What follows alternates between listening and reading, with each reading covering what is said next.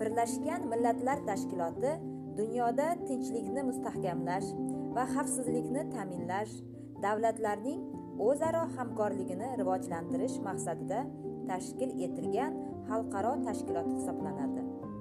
1945-yil 26-iyunda qabul qilingan Birlashgan Millatlar Tashkiloti ustavi o'sha yili 24-oktyabr sanasida kuchga kirgan.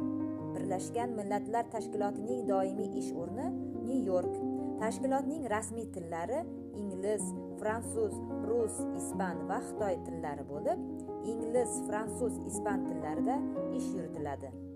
Birlashgan Millatlar Tashkiloti ustavida ko'rsatilganidek, u xalqaro tinchlik va xavfsizlikni saqlash, xalqlarning teng huquqli bo'lishi va o'z taqdirini o'zi belgilashi qoidasiga amal qilib, millatlar o'rtasida do'stlik munosabatlarini rivojlantirishni, iqtisodiy, ijtimoiy, madaniy muammolarni hal etishda xalqlar o'rtasida hamkorlik bo'lishini ta'minlaydi.